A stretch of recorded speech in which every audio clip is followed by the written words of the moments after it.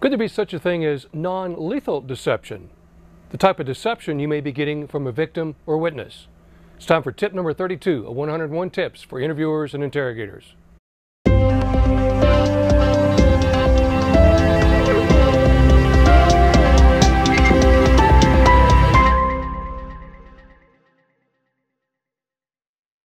So welcome back to 101 tips for interviewers and interrogators, training program on interview and interrogation designed for any type of professional interviewer. I want to talk about a phenomenon that I've defined as being non-lethal deception. Now, what I mean by that, the deception that you may be getting where the person's not trying to misdirect or misrepresent the interview. They're not trying to distract you or manipulate you. That's the type of deception sometimes that we get from victims or witnesses. Now, let me take this a little bit further. Just think there's 5 basic reasons and variations of it why victims and witnesses will deceive, but it's not designed to manipulate or disrupt the interview itself. Now think about this. For example, with a victim, maybe the reason they're giving deception or withholding in this case is not to mislead you, but because they're embarrassed. Now think of the different crimes you might apply to. Everything from the sexual assault victim all the way down to the seniors who've been victims of some type of financial fraud or home driveway repaving scheme or fake roofing scheme or that type of thing. So they're embarrassed that they have made this mistake or that they have been victimized and had this trauma.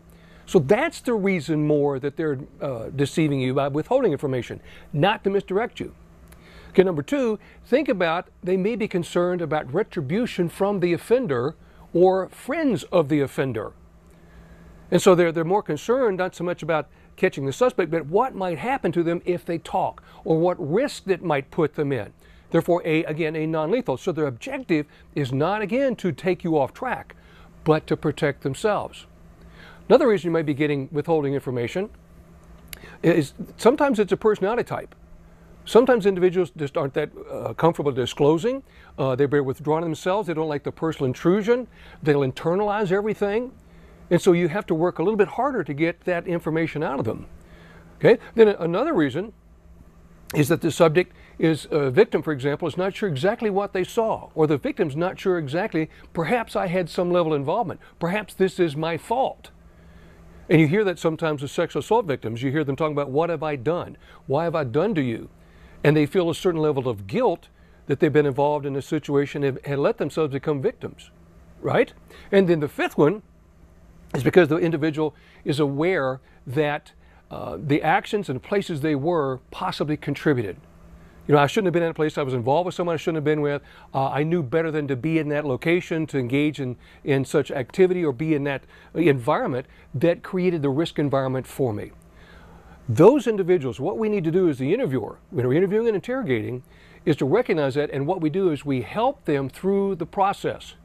Now, it's not going to help if you start using an accusatory style, and I've seen some horrible situations where victims and witnesses have been literally attacked or pressured by the interviewer, therefore coercing and contaminating the statements of those important sources.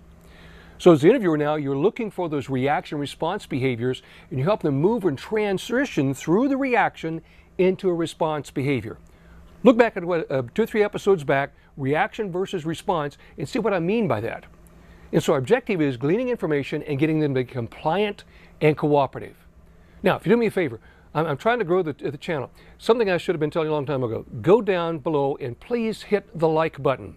The like button helps transmit this further, as well as adding more people and pass this around to other folks to add them to this series. I'm trying to reach out to many professional interviewers just like you and bring their interviewing skills up to a higher level. Be sure to check out my website.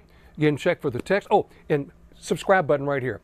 Please pass this along. I really appreciate that a lot. The list is growing, subscribers is growing, but I like to grow it a lot faster and reach as many folks as I can. But at the website, you can find more about the Pocket Guide, about on-demand courses, about interviewing victims, and more videos that are coming. Good to be with you again. Please be safe. We'll see you again next time for tip number 33.